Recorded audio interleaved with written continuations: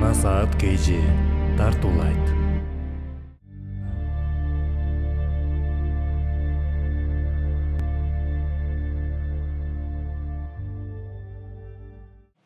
Урматтуу мусулман бир тууганым.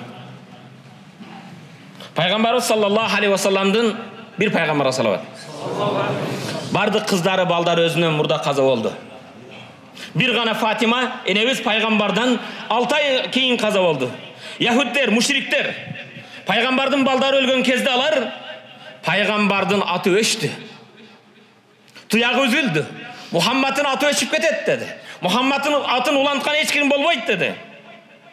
Пайгамбар саллаллаху алейхи вассалам Аллага болгон иманы менен эч буга көңүл бурган жок. Иманда, исламда, даватында эч экиленбестен үгүт насаатын кылып жатты.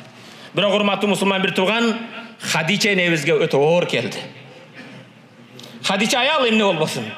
Мухаммадтын арты үзүлдү. Мухаммадтан туяк калган жок. Аты өчтү. Эркек бала калган жок деген кезде Хадича энебиз кайгырып жатты. Фаязул амин сама Жибраил, асмандын аманатчылы болгон, Алланын аманатын жеткизген Жабраил келди ва якул лаху ассаламу юқрик ассалам. Эй пайгамбар, Аллах сага салам айтты. Ва якул лака атадри бима рафа Аллаху зикрак. Билесиңби? Жабраил келип пайгамбарга мындай дейт. Аллах сизге салам айтты.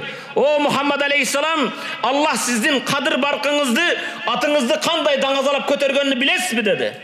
Кала аль-Хабиб, сүйүктүү пайгамбар айтты. Аллаху а'лам я Жабраил. Жабраил, менин атымды кандай даңазалап көтөргөнүн Аллах Тааладан башка эч ким билбейт. Аллах өзү билет деди.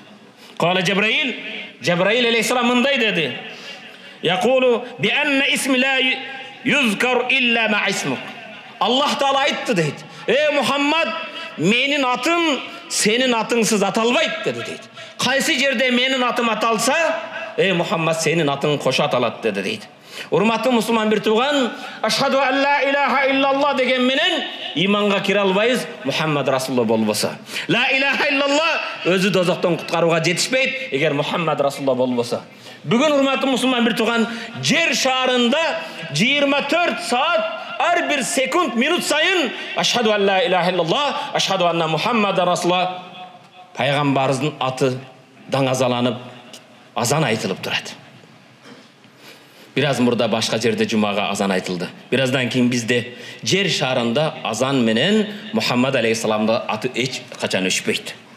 Аллах Таала хадиси кудсиде мындай дейт. Ва иззати ва жалали. Өзүмдүн жалгыздыгыма, кудретиме, улуулугума ант ичем дейт Аллах. Касам ичемин.